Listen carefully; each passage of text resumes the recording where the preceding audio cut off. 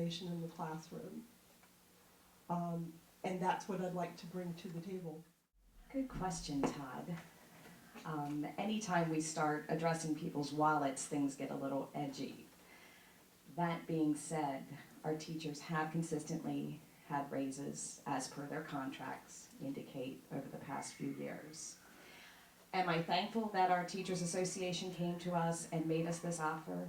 Yes. Am I disappointed that they didn't do a 0% increase? Absolutely. And I think that goes across the board to all teachers. I would love to see a teachers union come forward and say no increase and no perks in lieu of that increase as well. That's my position. We are all in this together. I know I'm not making the money I was a couple years ago, and I'm sure you're not either. So we all need to tighten our belts a little bit. That includes our fine education staff. Let's not take away from them, but let's stop the train, regroup. Much of what I would think of saying has already been said, but I'm going to add a little to it. My understanding, and correct me if I'm wrong please, was that the administration had originally agreed to a freeze. That when the teachers came in with 2%, all of a sudden the administration was going to get 2%. That was very disappointing to me also. Somewhere along the line, it seems to me that the equation of what are we doing best for the students has been lost with that whole picture, because we are going to be cutting programs when we should be freezing wages. Regarding the administrators, I think it was last year the administrators took a freeze, and this year's the 11-12 budget year's 2%. You know, my sense is that the administrators sucked it up last year, which is now this year, and the teachers should have done the same thing. The state head of the teachers union came online very quickly after the governor's budget was out and encouraged the local unions to enact a pay freeze. Ours chose not. Instead of a 3.5% pay raise, as was mentioned. It's not really a COLA. They call it a COLA. It's 2%. I think it should have been 0. What I'd like to ask all of you is that you're all running for office, so you should have specific plans of what you would do if you were elected.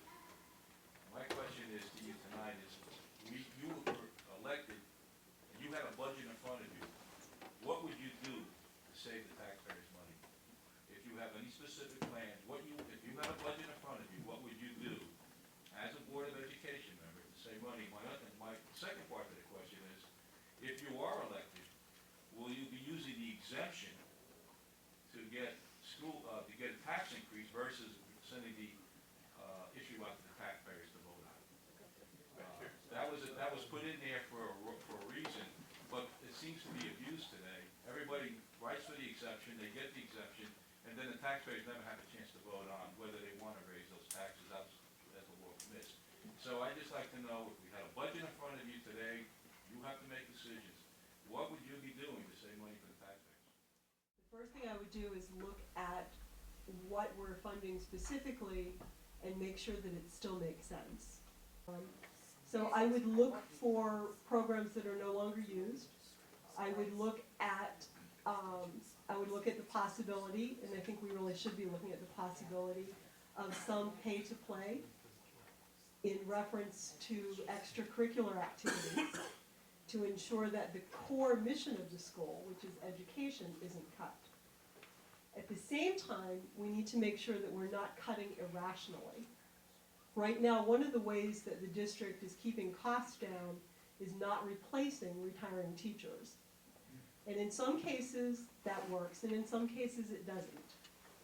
When you get to secondary level, science teachers are not interchangeable. Neither are all mathematics teachers, or a lot of those subjects. You can't just swap out one 11th grade teacher for another. And the policy of not replacing retiring teachers is creating gaps in skill sets that the district is going to need, so it's a short-sighted savings, I think.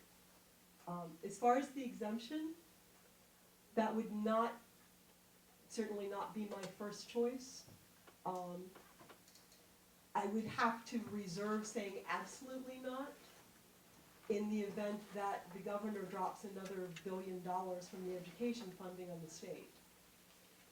Assuming that local funding stays the same and we don't see a dramatic drop in state or federal funding, then no, I would not seek an exception.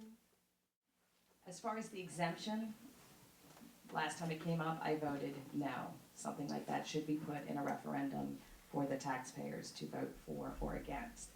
Unfortunately, my opinion, what Governor Corbett has done to us, as he has passed the buck by not raising taxes on the state, he has passed the buck to make every single one of us up here, if we're elected, the bad guy.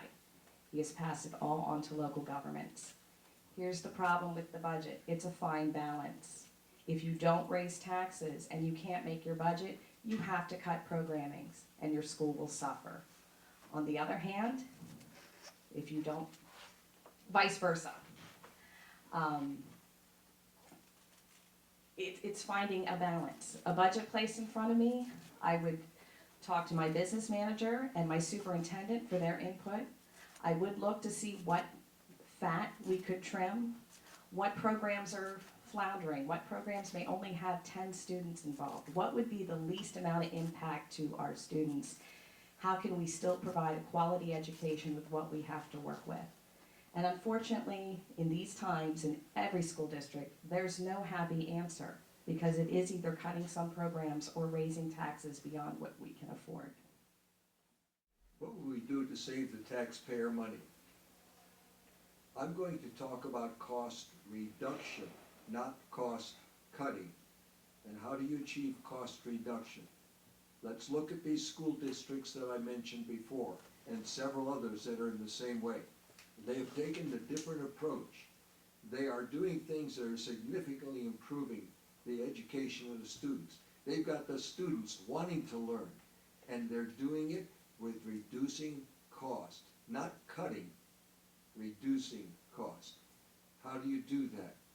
Well, the first thing is an educational process that impacts every employee at every level within the district.